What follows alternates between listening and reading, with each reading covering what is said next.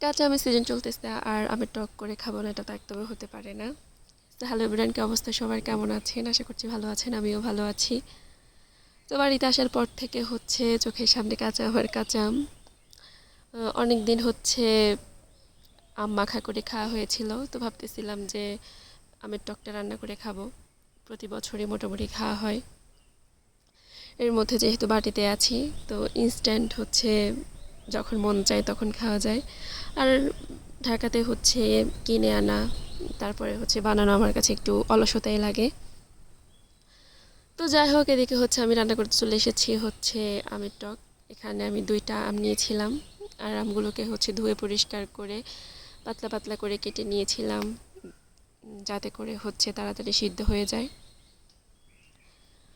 এরপরে আমি চুলাতে কড়াই বসিয়ে দিয়েছি। কড়াইটা গরম হওয়ার পর আমি এখানে পরিমাণ মতো তেলটা অ্যাড করেছিলাম। এরপরে তেলটা গরম হওয়ার পরে এতে আমি অ্যাড করেছি পাঁচফোড়ন। আর পাঁচফোড়নটা হওয়ার পর দিয়েছি আম। আর এরপরে দিয়েছি লবণ। এরপরে পরিমাণ মতো দিয়েছি মরিচের গুঁড়া। এরপরে একটু নেড়ে চেড়ে দিয়েছি, আর এরপরে যেটা অ্যাড করেছি এটা জিরা গুঁড়া। এখানে অনেকগুলো আম ছিল, পুরা সবগুলো গলে মিলিয়ে গেছে। তো যাই হোক, এরপরে সবাই বলতেছে যে গুড় দিলে নাকি টকে টেস্ট বাড়ে।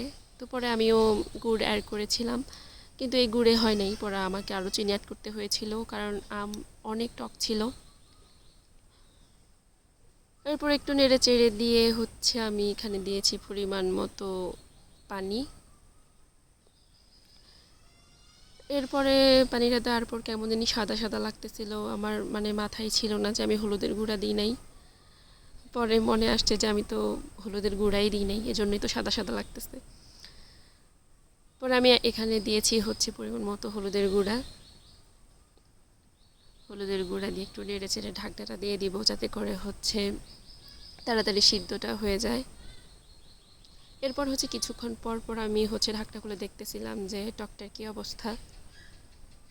এরপরে অলরেডি পানিটা ফুটে গেছে, টকটা উতলিয়ে গেছে। এই যে প্রায় আমগুলো সিদ্ধ হয়ে গিয়েছিল।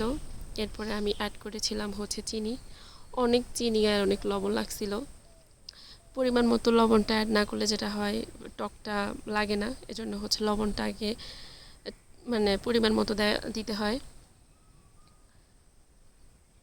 এরপরে আমি আবারও নেড়ে চেড়ে আবারও ঢাকনা দিয়ে দিব। তো আমার টক রান্না কমপ্লিট। ভিডিওটি কেমন লাগছে অবশ্যই কমেন্ট করে জানাবেন।